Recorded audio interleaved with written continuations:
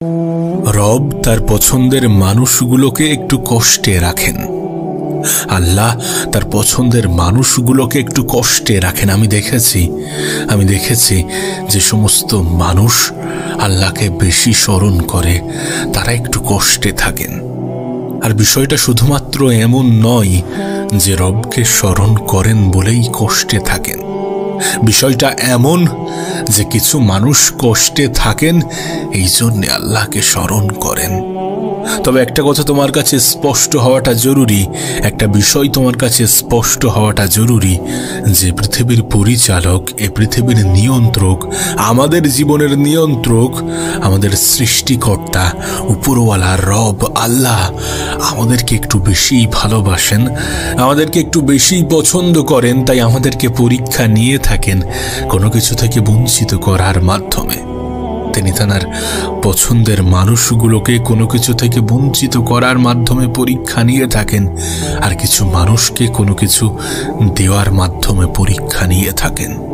আসলে তিনি চান যে আমরা তাঁকে স্মরণ করি। আর আমরা যদি সবকিছু জীবনে পেয়ে যাই, যদি কোনো অপূর্ণতা, যদি কোনো ঘাটতি না থেকে যায়, তাহলে আমরা তাঁকে স্মরণ করব না। তিনি এটা অনেক ভালো জানেন।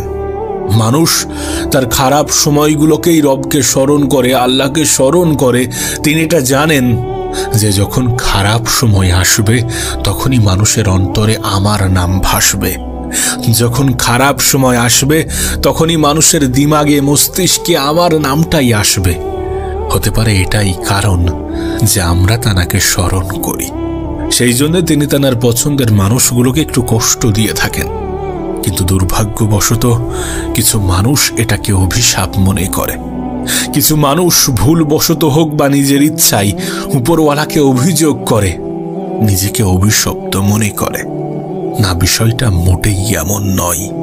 আমি দেখেছি মানুষ যখন সহজে অনেক কিছু পেয়ে যায় তখন আল্লাহকে ভুলে যায়। আমি দেখেছি যখন রেজাল্ট দ্রুত আসতে শুরু করে তখন মানুষ আল্লাহকে স্মরণ করার পরিবর্তে সেটা নিজের যোগ্যতা মনে করে। আমি দেখেছি অভিযোগ করার সময় রবের কথাই মনে হয়, আর যখন কিছু পেয়ে যায়, যখন কিছু অর্জন হয়, তখন সেটা নিজের কৃতিত্ব মনে হয়।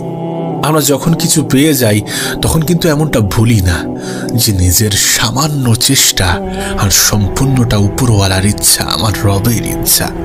যদি এমনটা বলতাম তাহলে হয়তো আল্লাহ খুশি হয়ে আরো অনেক কিছু দিয়ে দিত। তুমি একবার ভেবে দেখো, মানুষ যখন কিছু অর্জন করে তখন কি বলে? কতটা মেহনত করেছি আমি, কতটা পরিশ্রম করেছি, এগুলো করতে, এগুলো পেতে কতটা মেহনতের প্রয়োজন পড়ে তুই জানিস? এমন কথাগুলো কিভাবে আসে যখন এই পৃথিবীর সমস্ত কিছু স্বয়ং সৃষ্টিকর্তা পরিচালনা করে, স্বয়ং রব পরিচালনা করে, তখন এই কথাগুলো কিভাবে আসে? ভালো মানুষের জীবনে দুঃখ, কষ্ট, অভাব, অনাটন বেশি থাকে কেন জানো? কারণ আল্লাহ চান যে এই ভালো মানুষগুলো যেন তাঁকে সর্বক্ষণ স্মরণ করে, যেন সর্বক্ষণ তাঁকে মনে রাখে। মানুষের ঈমান বড়ই দুর্বল, আমাদের ঈমান বড়ই দুর্বল, যখন তখন যেখানে সেখানে নষ্ট হয়ে যেতে পারে। সমাজের দিকে তাকালে তুমি বুঝতে পারবে যে এক শ্রেণীর মানুষ নেতা মন্ত্রীকে উপরওয়ালার জায়গাতে বসিয়ে দিয়েছে।